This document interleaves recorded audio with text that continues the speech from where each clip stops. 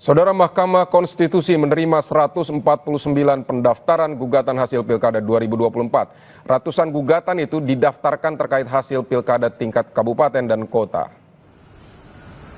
Dari laman resmi Mahkamah Konstitusi, dari total 149 pendaftaran yang masuk, 116 diantaranya Pilkada tingkat kabupaten dan 33 sengketa hasil Pilkada di tingkat kota.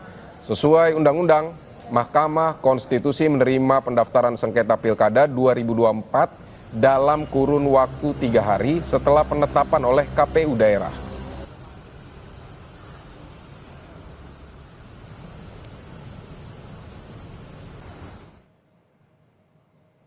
Saudara, jurnalis Kompas TV Asri Gunawan telah bersiap di Gedung Mahkamah Konstitusi Jakarta.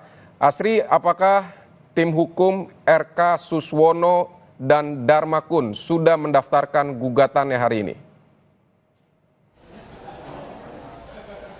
Kami pantau sejak pagi, Vidi, dari kubu Ridwan Kamil Suswono maupun kubu Dharma Pongrekun Gunwardana, ini belum terlihat mendaftar di Gedung Mahkamah Konstitusi Republik Indonesia. Dan memang kalau misalkan yang disampaikan dari hasil konferensi pers masing-masing tim hukum atau tim pemenangan paslon nomor urut 1 Ridwan Kamil Suswono maupun tim hukum dan juga tim pemenangan dari paslon nomor urut 2 Dharma Gunwardana, ini mereka masih akan mempersiapkan materi maupun juga dokumen yang nantinya akan diserahkan dalam pendaftaran ke MK dalam 1 sampai 2 hari ke depan. Dan kami juga mengecek di website resmi MKRI, Vidi dan saudara, seperti yang tadi Anda sebutkan juga, di website tersebut pendaftaran sengketa maupun juga permohonan perkara Pilkada serentak tahun 2024 ini untuk pemilihan gubernur belum ada yang mendaftar atau 0. Kemudian kalau dari total permohonan yang sudah masuk ke Mahkamah Konstitusi, seluruhnya untuk Pilkada serentak ada 149, 116 diantaranya ini untuk pemilihan bupati dan 33 sisanya ini untuk pemilihan wali kota. Dan kalau kita melihat pada peraturan Mahkamah Konstitusi nomor 3 tahun 2004 dan juga syarat yang diatur dalam Undang-Undang nomor 10 tahun 2016 tentang Pilkada, bahwa peserta Pilkada ini bisa ataupun juga paling lambat mengajukan permohonan atau gugatan ini paling lambat 3 hari kerja terhitung dari hari pengumuman hasil perolehan rekapitulasi suara Pilkada yang dilakukan. Kemudian kalau kita lihat juga dari masing-masing tim pemenangan maupun tim hukum paslon menyebutkan punya masing-masing faktor ataupun juga pertimbangan yang menjadi keberatan, akhirnya mereka memutuskan untuk mengajukan atau mendaftarkan gugatan ke MK. Kalau dari kubu Ridwan Kamil Suswono atau paslon nomor urut 1, tim pemenangannya menjelaskan bahwa ada dugaan kecurangan di TPS, kemudian juga ada dugaan distribusi formulir C pemberitahuan atau C6 yang dinilai tidak merata, sehingga para pemilih ini tidak diberitahu ataupun juga tidak mendapatkan haknya untuk kemudian bisa disosialisasikan, begitu mendapatkan sosialisasi untuk kemudian bisa mencoblos. Ini kalau dari kubu RK sendiri mengaku sudah mencoba untuk melaporkan ke Bawaslu namun belum ada tindak lanjut, dan ini yang menjadi salah satu atau salah 2 poin dari gugatan yang akan disampaikan ke MK.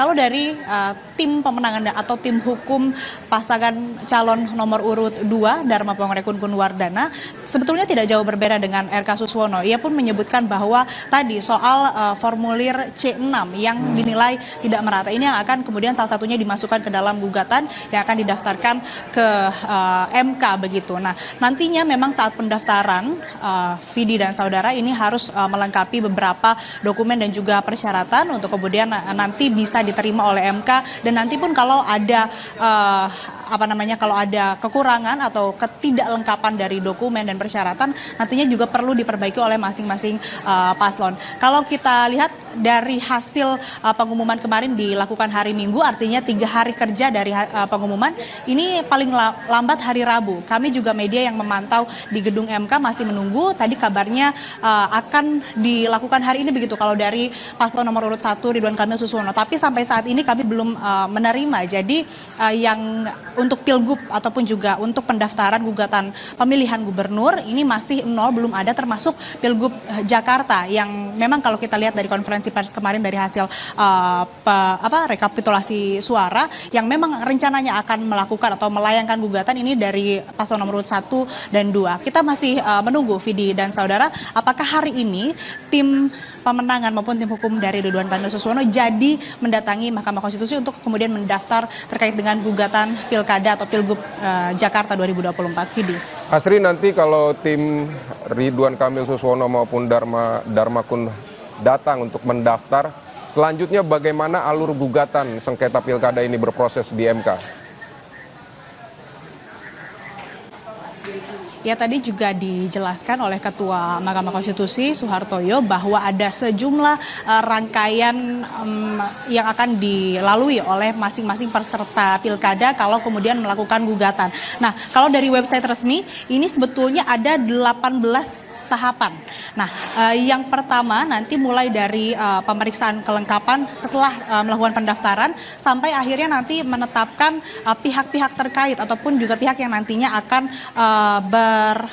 berperkara ataupun juga melakukan sidang. Nantinya akan juga ada rapat permusyawaratan hakim, kemudian nantinya akan ada sidang yang dilakukan. Kalau kata Ketua MK, sidangnya nanti dilakukan menyesuaikan dengan perkara yang nantinya akan disidangkan. Apakah sidangnya akan dilakukan 1 kali, 2 kali, ataupun juga lebih dari itu. Nah, tapi kalau berdasarkan timeline schedule yang ada di website resmi MK, sidang perdana sengketa Pilkada serentak ini rencananya akan dilakukan bulan Januari. Untuk tanggal pastinya juga belum ada informasi lebih lanjut. Dan lebih lengkap lagi, Vidi dan saudara, berikut pernyataan Ketua Mahkamah Konstitusi Soeharto yang telah kami rekam sebelumnya.